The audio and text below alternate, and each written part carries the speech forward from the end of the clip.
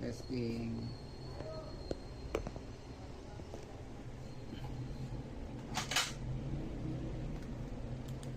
This gamit ko HDMI.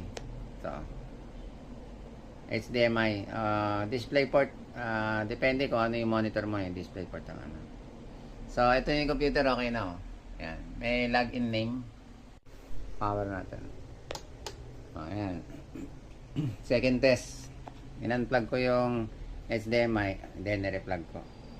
Second test na to. Ayan oh. Asus. Second test na to nag-flash na sa screen. Ayan. So, HDMI pa rin gamit ko. Kasi mostly ito yung secondary. Ito, primary to.